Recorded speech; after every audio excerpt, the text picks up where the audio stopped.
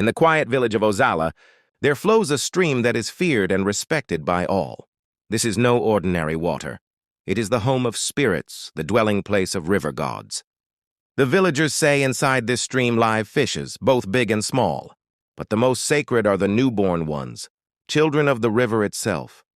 Whoever offends the gods by keeping these tiny fishes, whoever dares to disobey the custom, will pay, if not today, then tomorrow. This is the story of a young girl named Neka, whose one mistake at the stream grew into a curse that followed her even after she became a mother. A story that still shakes the people of Ozala till today. This is a true life story that happened in Ozala, Nkanu, Enugu State, Nigeria. Listen carefully, my people, because this story carries mystery, tradition, and lessons from our ancestors.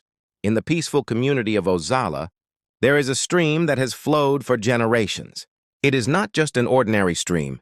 It is a stream with life, a stream with secrets, and a stream that the people hold with great respect. This stream flows gently, but there is a particular spot where the people of Ozala fetch their water. From that spot, countless families have filled their clay pots for drinking, cooking, and washing. But this stream is also home to fishes, both big ones and small ones. The elders in Ozala always warn the children, you may see fish in the water, but the very first ones, the newborn ones, must never be harmed. If you mistakenly fetch them, you must return them immediately to the stream. They belong to the spirit of the water. Sometimes, without knowing, a child might scoop water and find a tiny fish swimming inside the clay pot. If any parent or elder noticed it, they would command, take it back. Return it before it brings misfortune. One day, a young girl named Neka went down to the stream with her clay pot. She was cheerful, humming a tune, her bare feet pressing softly against the warm soil of Ozala. She dipped her clay pot into the stream and filled it with cool, fresh water. Unknown to her, a small newborn fish had slipped inside. When she returned home, she carefully lowered the heavy clay pot to the ground. Later that evening, her grandmother walked to the pot to fetch drinking water. But as she dipped her hand in, something wriggled against her palm. She looked closer, and to her shock, she saw a newborn fish swimming helplessly in the pot. The old woman's voice shook the compound as she shouted, Neka! Neka! Come on! The child, startled by the tone, dropped the broom she was holding and ran toward her grandmother. Grandma! What happened? Why are you shouting my name with such a loud voice? What is the problem? The grandmother turned to her with eyes wide open, pointing at the pot.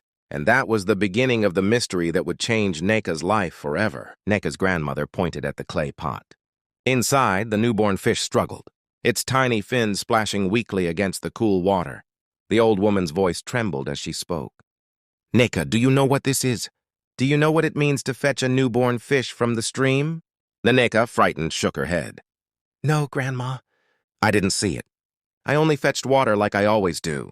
Her grandmother sighed deeply. She looked around as if making sure no stranger was listening, then lowered her voice. In Ozala, my child, the stream is not ordinary.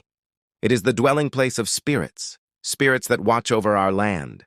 The fishes you see inside are not just ordinary fishes, especially the newborn ones. They are messengers of the stream spirit. If a child brings one home, the family must return it immediately or else— Neka swallowed hard. Or else what, Grandma? The old woman fixed her with serious eyes. Or else misfortune will visit the house. Sickness may come, quarrels may rise, or even death.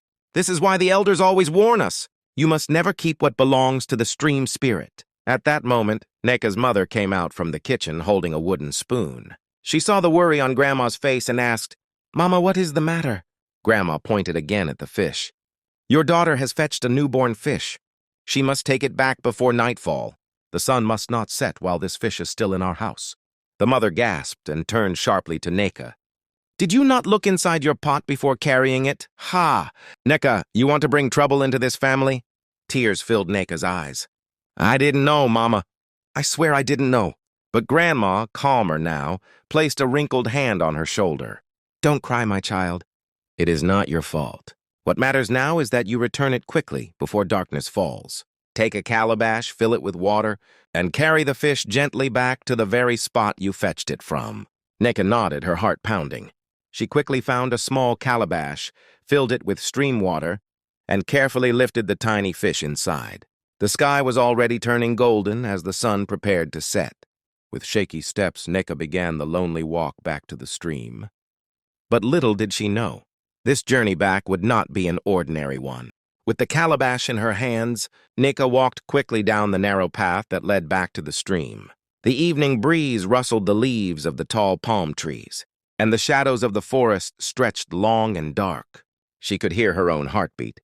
Every step she took reminded her of her grandmother's warning. "If you don't return it, misfortune will enter this house." Nneka walked away from her grandmother that evening, carrying the newborn fish in a calabash of water. But as she neared the stream path, fear gripped her. The thought of speaking to the stream spirit made her uneasy. She felt too small, too shy, too frightened to stand before the flowing water and beg. Instead, as she passed a nearby bush close to the footpath, an idea entered her young mind. "Let me just drop it here. Nobody will know." She bent down quickly, tipped the calabash, and let the tiny fish fall into the dry grass of the bush. The little creature wiggled helplessly until it stopped moving. Nneka stood up, wiped her hands on her wrapper, and whispered to herself, "It is finished. Grandma will not know." She turned around and walked back home. When she arrived, her mother rushed to ask her, "Nneka, did you return the fish?" Without blinking, Nneka lied, "Yes, Mama. I took it back to the very spot at the stream, and I begged the water spirit." Her grandmother sighed in relief. "Good girl. Now peace will remain in this house." Everyone was happy. The evening meal was prepared. Laughter returned to the compound, and life continued as if nothing had happened. Days turned into months. Months into years. Nothing strange seemed to happen. Nneka grew into a young woman, beautiful and admired in the village.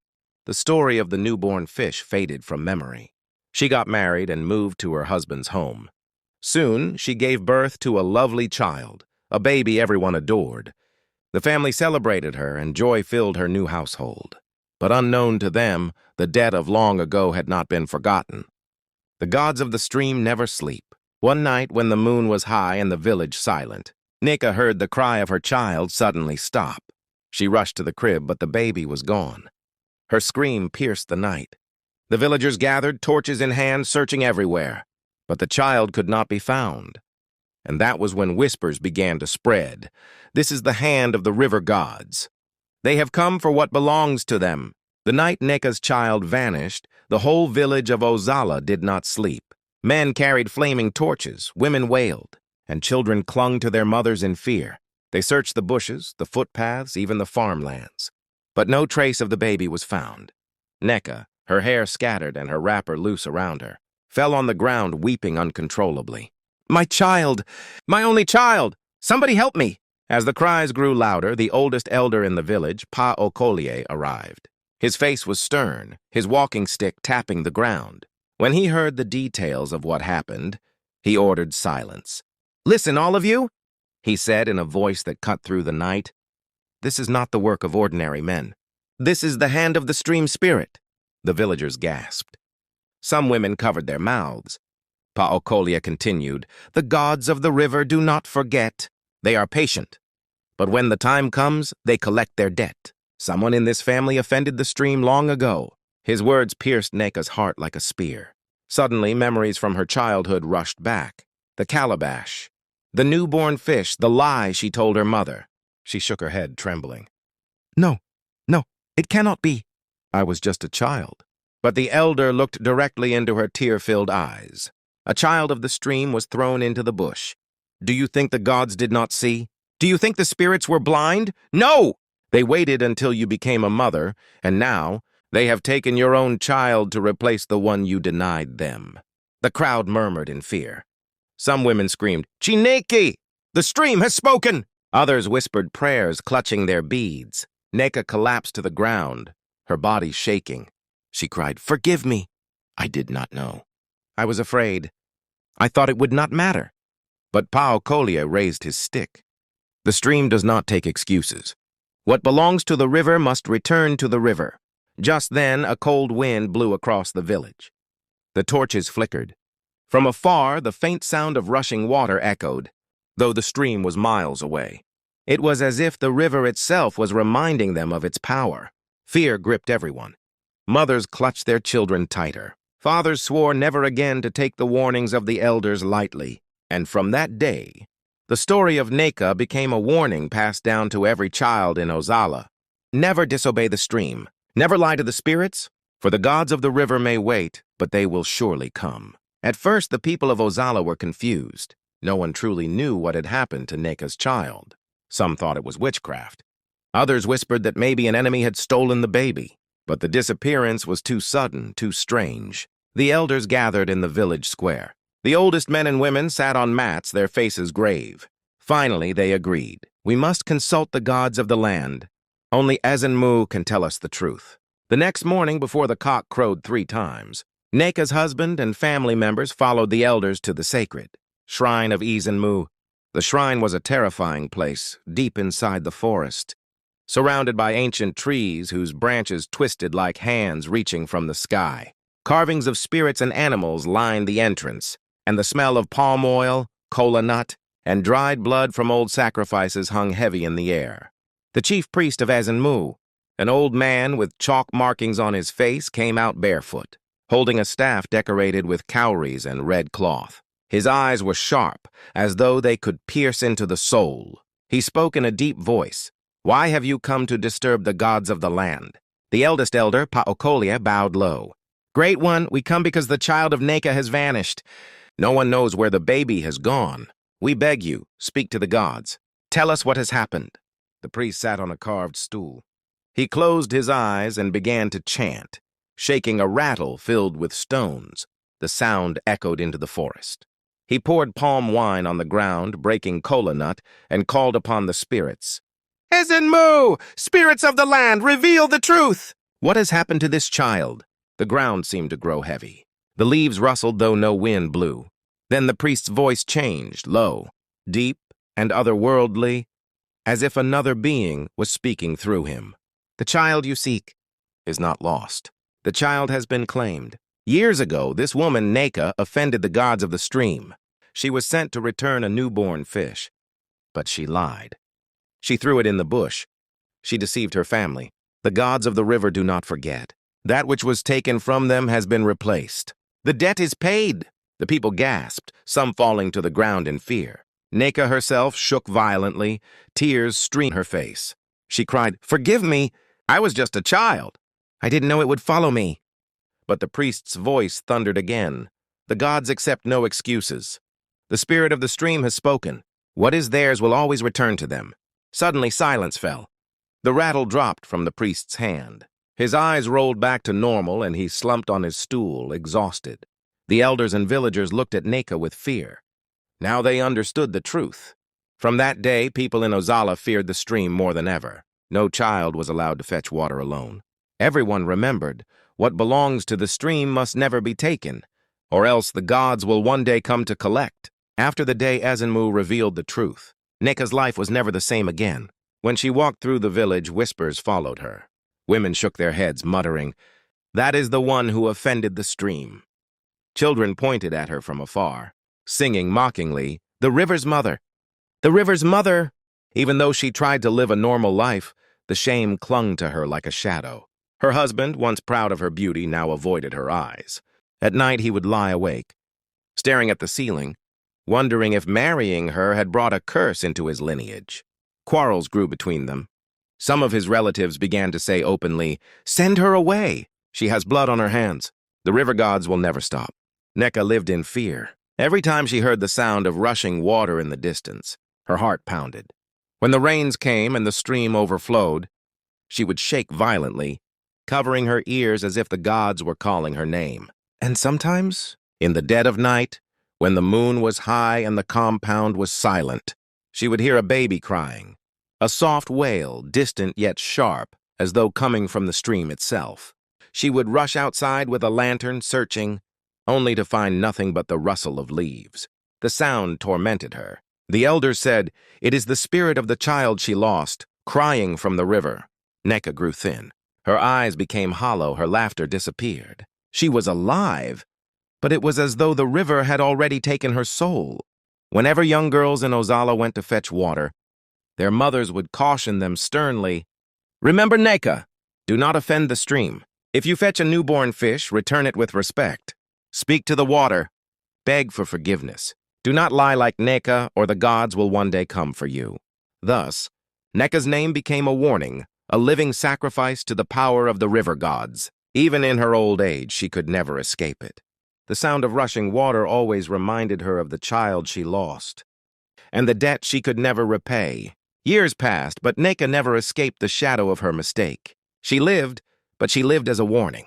Her laughter was stolen, her motherhood cut short, her name forever tied to fear. The story of Neka spread far beyond Ozala. Even neighboring villages whispered about her fate. Whenever people went to the stream, they remembered her. No child dared to fetch water carelessly. No one ever lied when a newborn fish was found. And so the elders always ended the tale with these words. The gods of the river may be patient, but they never sleep. They may wait for years, but they always collect what belongs to them. Respect the stream. Respect the spirits. For lies against the gods are lies that never die. Neka's life became a living proverb in Ozala. If you offend the stream and hide your sin, the river will find you. Or worse, it will find your children. And to this day, when the wind blows across the stream in Ozala at night, some say you can still hear the faint cry of Neka's lost child, echoing over the water. That is why, my people, no matter where you come from, never disrespect the sacred laws of the land, because the gods may wait, but when they rise, no one can stop them. This is the true life story of Neka of Ozala and Kanu, Enugu State, a story that reminds us to always obey the warnings of our elders, respect the gods of the land, and fear the spirits of the water. My people, let us learn and not fall into the same mistake. Until I come your way again, thank you so much for watching. If you enjoyed this story, please don't forget to subscribe, like, and share with your family and friends. I'd also love to hear your thoughts. Drop a comment in the comment section below and let me know what you think about tonight's mystery. Until next time.